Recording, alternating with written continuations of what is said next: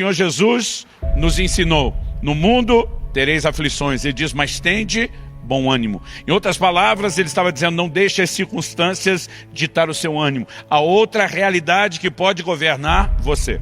O versículo 5 de Jó, capítulo 4, foi traduzido assim: mas agora que se vem dificuldade, você desanima. E a verdade é que quando o assunto é desânimo, ou desencorajamento, não importa o quão encorajador você já possa ter sido com qualquer pessoa à sua volta, quando chega a sua hora e o seu momento, toda a teoria e o conhecimento que você tem, que muitas vezes já pode até ter funcionado para levantar os outros, você descobre que ele parece ter uma grande dificuldade de funcionar em seu próprio favor. Nós muitas vezes funcionamos como encorajadores dos outros, até que chega o nosso momento. Nós sabemos que não é correto estar desanimado, e é por isso que a gente tenta levantar os outros. Não apenas porque a gente se ama e se importa e quer ver mais do que uma cara triste, um sorriso, mas a gente sabe que é importante vencer o desencorajamento. Mas a verdade é que quando chega a nossa vez, nós nem sempre conseguimos saber como lidar com isso. Porque muitas vezes nós podemos deduzir que desânimo, que desencorajamento vem de quando a gente não consegue ter nenhum tipo de realização. Eu quero te dizer que isso não é verdade. Nós podemos estar vivendo um ambiente de realizações, e porque temos determinados anseios dentro de nós que não foram satisfeitos, nós podemos deixar que esse nível de anseio não satisfeito, às vezes fale mais alto do que tudo aquilo que foi satisfeito. E eu acho que isso é parte do assunto que a gente tem que levar em questão. Porque se você está enfrentando momentos de desencorajamento, você precisa tentar enxergar com clareza o seu quadro e a sua situação. Aquele tipo de coisa que você espera e acaba nunca chegando, ele pode muitas vezes trazer um grande estrago emocional dentro de você. Agora, a pergunta é: algumas coisas que nós estamos esperando e que não se concretizam, deveriam necessariamente estar sendo esperadas?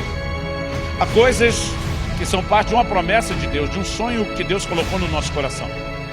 Mas há coisas que a gente simplesmente decide que precisa delas, sem que Deus tenha nenhum tipo de compromisso com a nossa decisão. E muitas vezes a expectativa de não alcançar algo que nós queremos pode falar mais alto de estar vivendo tudo aquilo que Deus está despejando e derramando nas nossas vidas. O ser humano consegue ter essa capacidade de muitas vezes não se contentar com nada do que ele está alcançando. Uma das formas de perceber na nossa própria vida se estamos vivendo intensamente a frustração de algumas expectativas não cumpridas, falando até mais alto do que as realizações, é observar o nosso comportamento. Uma das características de que eu e você estamos vivendo não um desânimo momentâneo. Às vezes nós temos isso. Acordamos uma certa manhã e o dia não parece colorido, ele parece branco e preto. Às vezes nós temos um momento. Mas o momento, como disse Efésios, o dia mau, aquele dia que está dando tudo errado, que você realmente percebe que tudo está fora do normal, ele pode simplesmente voltar ao normal no dia seguinte. Eu não estou falando de um desânimo ou de um abatimento momentâneo, mas quando nós estamos vivendo um período de desânimo prolongado, mesmo no meio de conquistas e realizações, nós precisamos avaliar o nosso coração. E às vezes uma boa forma é analisar o comportamento. Quando a gente começa essa atitude de se isolar, de não querer estar junto, de não querer companhia, é um indício de que algo no nosso coração não está muito correto. A palavra de Deus diz, lá no livro de Provérbios, aquele que se isola, insurge-se contra a verdadeira sabedoria. Está buscando só o seu próprio desejo. Eu sei que pode haver momentos de isolamento com um propósito muito específico. Jesus vai 40 dias para o deserto a fim de orar, de jejuar, de buscar a Deus. Mas nós estamos falando de algo pontual, não de um estilo de vida. Nós estamos falando de algo que tem um propósito e se demonstra muito frutífero.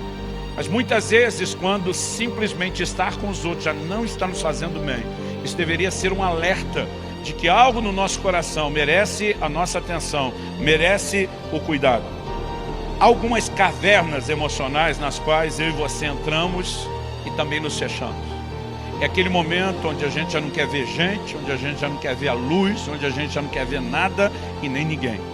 Mas além do isolamento, normalmente, quem está lidando com esse tipo de expectativa frustrada que gera o desânimo, ele tem sempre um senso de injustiça que ele carrega dentro dele. Depois de 25 anos de pastorado, atendendo e ouvindo gente, eu percebo, por estatística, quanto isso é comum nas pessoas que estão lidando com esse tipo de coisa. Um senso de injustiça. Mas a verdade é que todos nós vamos lidar com momentos de desânimo.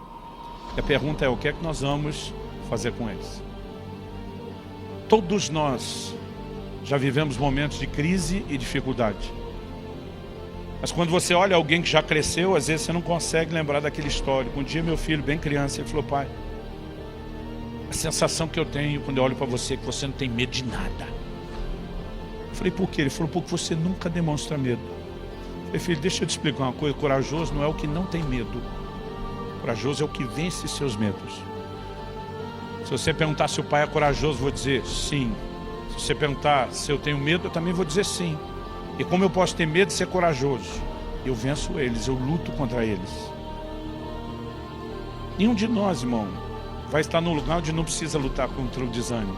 A questão é que se a gente não lutar em situações como essa de desânimo prolongado, ele começa a engolir a gente, fazer muito mal não só para a gente.